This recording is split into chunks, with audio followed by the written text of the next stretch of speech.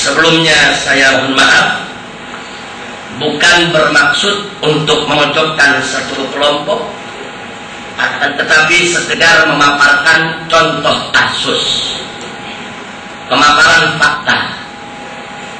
Kita bisa contohkan, katakanlah kalau kita membuka perjanjian lama.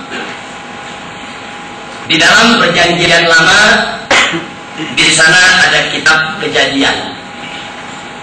Di dalam kitab Kejadian 6 ayat 2, di sana dipaparkan bahwa anak-anak Allah mengawini anak-anak perempuan manusia. Mungkin bagi kelompok lain punya persepsi sendiri tentang persoalan ini, tapi bagi setiap muslim jelas hal ini sangat-sangat bertentangan dengan akidahnya yang mewajibkan ia memberikan dan meyakini akan sifat-sifat yang mulia dan terpuji bagi Allah Subhanahu wa ta'ala. Masih dalam kitab Kejadian 6, di ayat 6 dinyatakan bahwa Tuhan menyesal, bahkan ada tambahan biru hatinya. Di dalam Islam itu merupakan sesuatu yang tidak boleh dinisbahkan kepada Allah Subhanahu wa ta'ala, termasuk apa yang tercantum dalam kitab Kejadian 32 ayat 28 yang menceritakan tentang pergumulan, yaitu perkelahian antara Yakub dengan Tuhan, yang kemudian dinyatakan bahwa Tuhan kalah dalam pergumulan tersebut. Jadi hal-hal semacam ini di dalam Islam itu merupakan hal yang sangat bertentangan dengan akidah tauhidul asma wa sifat yang mewajibkan setiap muslim untuk menisbahkan sifat-sifat yang mulia, sifat-sifat yang terpuji kepada Allah Subhanahu wa ta'ala. Kita lanjutkan.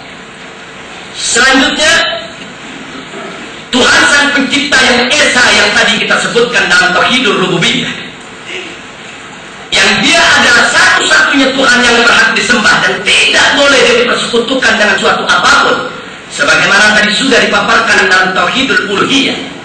Dan Tuhan tersebut memiliki sifat-sifat yang maha mulia, nama-nama yang maha mulia, dan sifat-sifat yang sangat terpuji.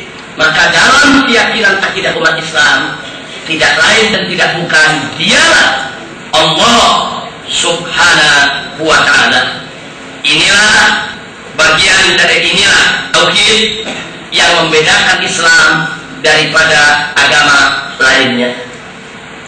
Nah, kemudian secara singkat, padat, ringkas, jelas, Allah Subhanahu wa ta'ala di dalam surat ke-112 di dalam Al-Quranul Karim, sekali lagi surat ke-112, bagi mereka yang memegang Al-Quran bisa membuka itu, yaitu dalam surat Al-Ikhlas.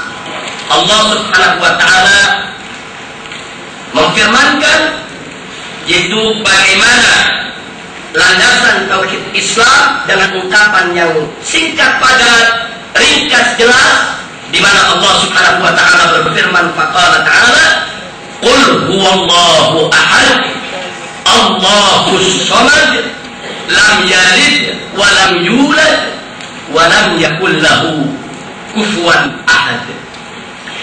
Yang artinya, qul, katakanlah ya Muhammad, katakan, huwallahu, Dia adalah Allah, ahad, esa, tidak berbilang.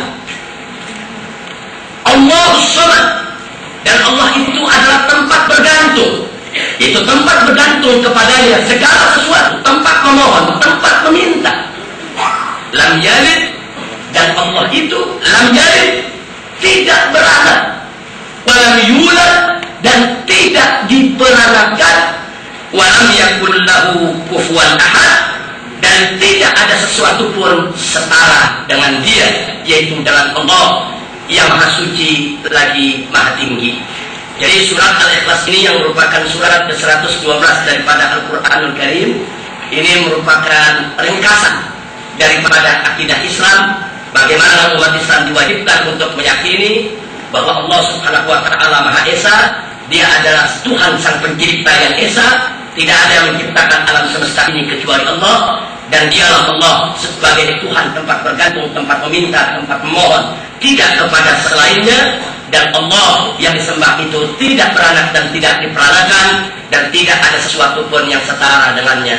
Ini merupakan paparan Al-Quranul Karim tentang akidah Islam secara singkat, padat, ringkas, dan jelas.